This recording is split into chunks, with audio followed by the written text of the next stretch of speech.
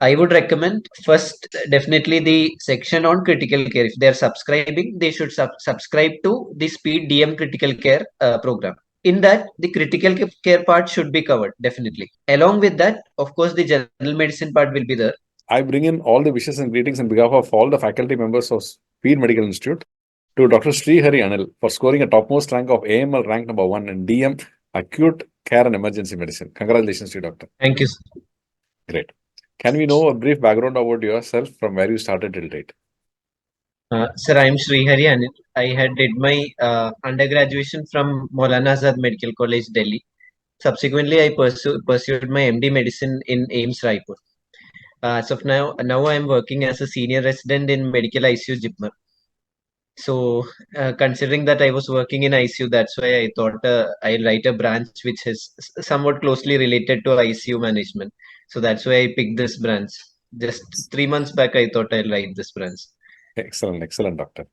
Now, I mean, what you did, what is your preparation strategy, how you worked on this to achieve this rank number 1? Sir, again, I decided some 3 months back when I was posted in ICU. I was posted as soon as I joined. There is this ICU unit specifically in JIPMER, which has its own consultants who are very much, they have expertise in critical care. So I was put in that unit. So my duties were in ICU only. So considering the hectic schedules, I thought I will write critical care medicine because I was only able to read ICU topics and the patients that I was managing. But one problem was I was not confident whether I would be able to answer the questions which are coming from anesthesia, the general questions, considering I am from a medicine background. Still, I started reading, but then subsequently I got to know about this branch.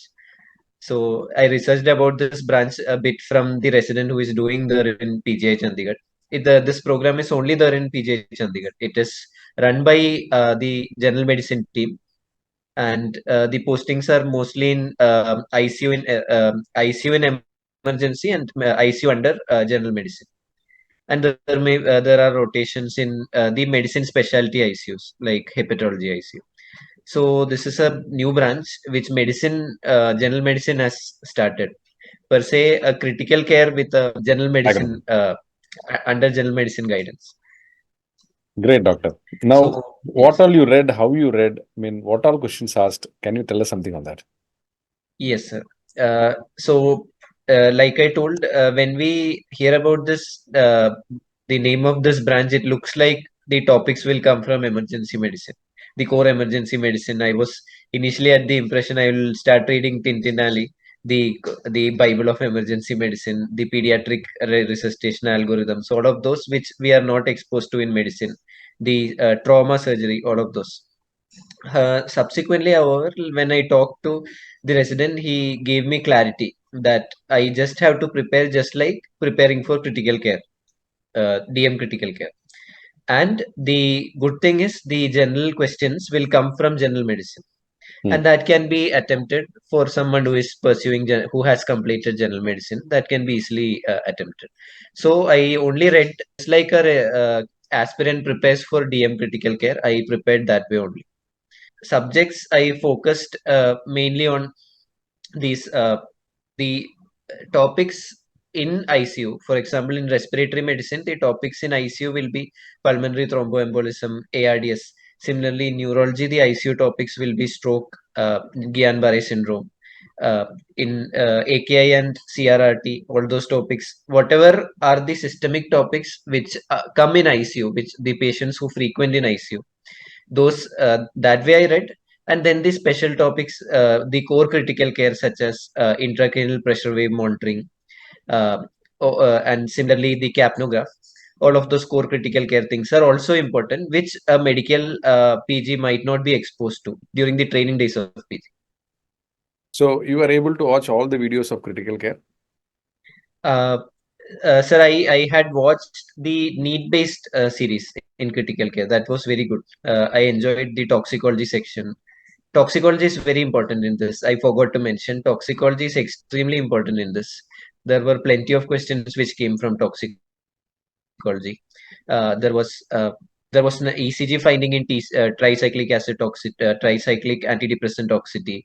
There was sewage gas poisoning, hydrogen sulfide poisoning. So plenty of opioid poisoning. So toxicology is if you prepare toxicology well, plenty of questions come from that. So toxicology section I have watched from the critical care session, and that helped me a lot. So, how many questions from critical care sessions are asked in this exam? Yes, sir. Per se, if I have to compare with DM critical care, in that the number of critical care medicine questions will be less as Approximate compared to that, numbers. Approximate 180. as compared to DM critical. Probably core critical care out of the total number of questions would have been 30 or even up to 30. More of the questions were from medicine. So, how many questions from And medicine? also, 50 questions from medicine? yeah, and out of that, definitely the general paper questions would also have been there. But I could never understand which are the questions from actually general paper because this was a mixed bag. So I never later when I asked my colleagues who were giving hematology and gastroenterology, then I realized, yeah, these questions were asked to everyone in medicine. Okay. Otherwise, when giving this paper, we'll never understand which are the general questions because the entire paper is like a medicine MCQ Medicine. paper with focus on critical care. Definitely, without preparing critical care, just by reading the most important topics of critical care, we can get a good rank. But we'll have to definitely touch the critical care topics such as ICP monitoring. After that, it is easy. It's a very doable paper. Did you prepare anesthesia also?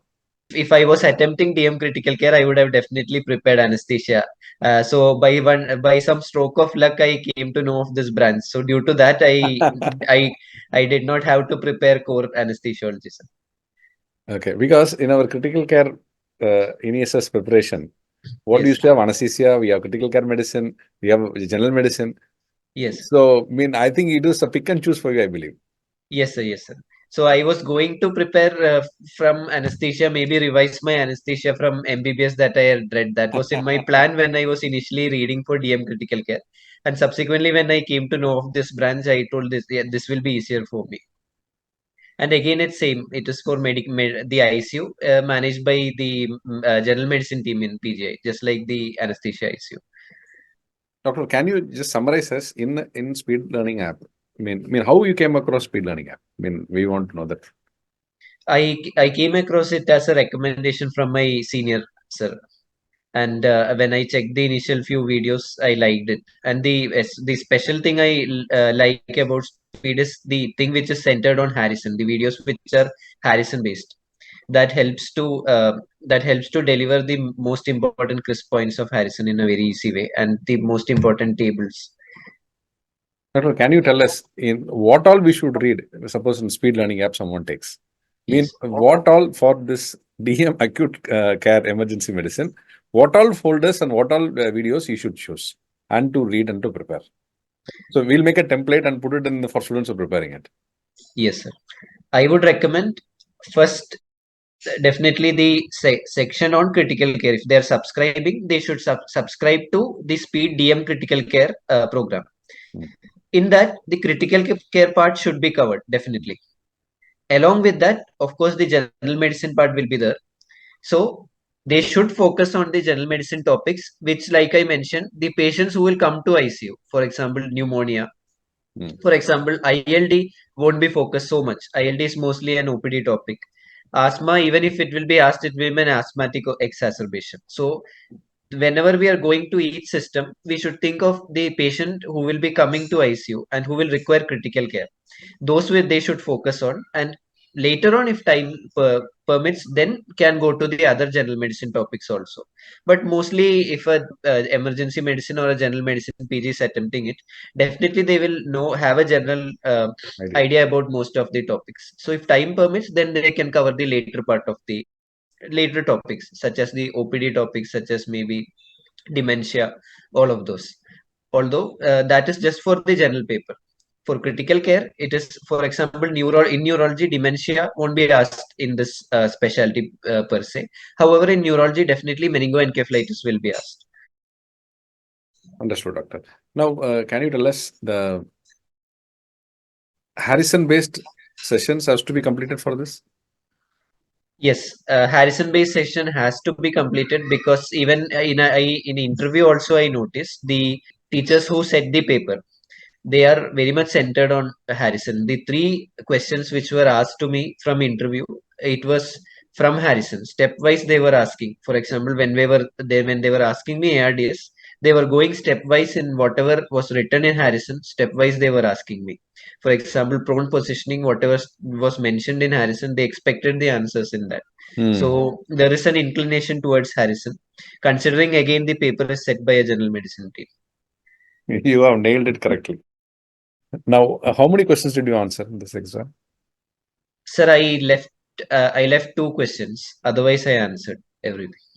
So, other than ARDS, what are the other two questions you asked in the interview so that can give some Yes, sir. questions? The other question was pulmonary embolism, and the third question was a clinical scenario in which they expected the answer to be opioid poisoning, and they went into the naloxone dosage.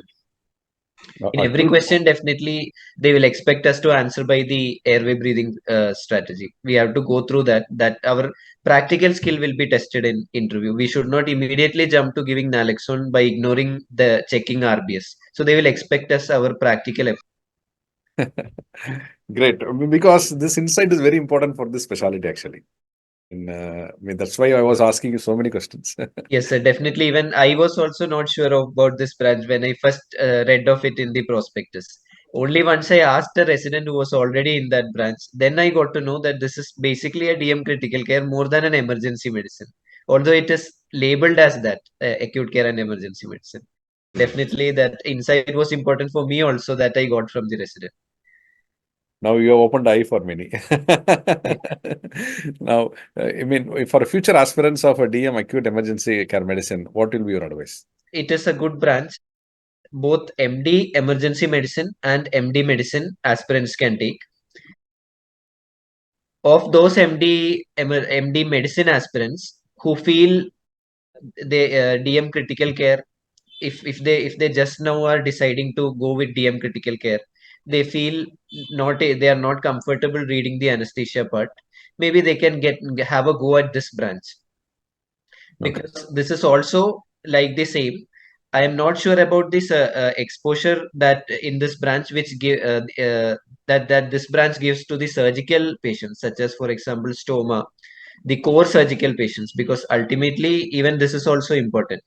So compared to critical care medicine, in this branch, whether we get exposure to the surgical patients such as that come to us anesthesia ICU, I am not sure about that. However, this is a very good choice for someone who wants to pursue critical care from a medicine background. It can be considered as an option, and definitely MD emergency medicine PGs can also write this course. Great, doctor. Now, time to thank, and whom all you want to thank. You have made your career till date. You can do so using this platform. I would like to start with thanking my parents. They have supported me in every step of my career, starting from entering into MBBS. At one stage, I felt I won't be able to take MBBS, and I was going to take some other course. It is they bagged me to go ahead with this. So from there till every step, they have been behind me. So without them, nothing would have been possible, and this would not have been possible without them. Absolutely. So more Absolutely. than my effort, it's their effort that I got this. At the same time, I would like to thank my teachers, starting from undergraduation at Maulana Azad Medical College and AIMS Raipur. That I feel that institute shaped me. So I like to start with thanking my head of department and guide, Dr. Vinay Pandit sir, and all the other professors, my co-PGs, seniors and juniors and interns. My post-graduation at AIMS Raipur made me more confident in managing, and that even now, where every exam that I give and every step that I take in the ICU, I can only ascribe it to my training in AIMS Raipur. So I'd like to, after my parents, I'd like to thank my teachers and the Institute AIMS Raipur for this. And for my brief stint at JIPMER, 3 months, my two teachers there, Dr. Venkat sir and Dr. Harishwar sir, and the senior resident colleagues, I'd like to thank them for training me and giving me the push last push to enter into this exam and perform in this exam well. Their advice and training was very critical. Wonderful, doctor. We once again we wish you all the very best and all the success for a great career in DM acute emergency care medicine. Thank you very much. Congratulations to you and best wishes to you once again. Thank you very much. Thank you.